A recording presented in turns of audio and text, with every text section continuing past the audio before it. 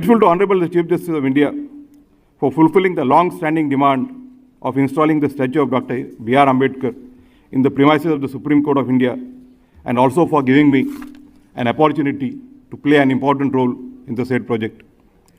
It is only because of Dr. Ambedkar and the Constitution of India as framed by him and his colleagues, a person like me who began his schooling in a municipal school situated in a slum area could reach to this position.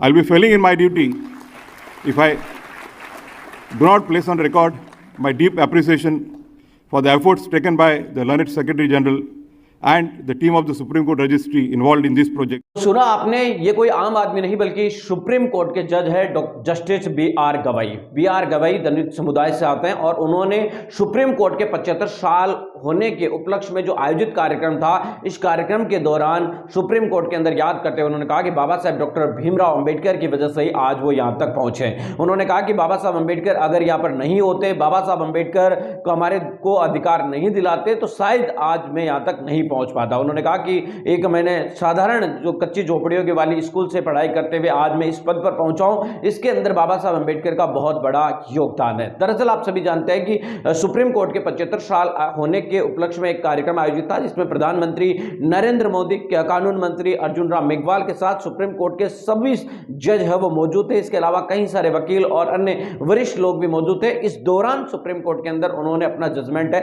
वो अपनी बात रखते हुए उन्होंने ये बात कही।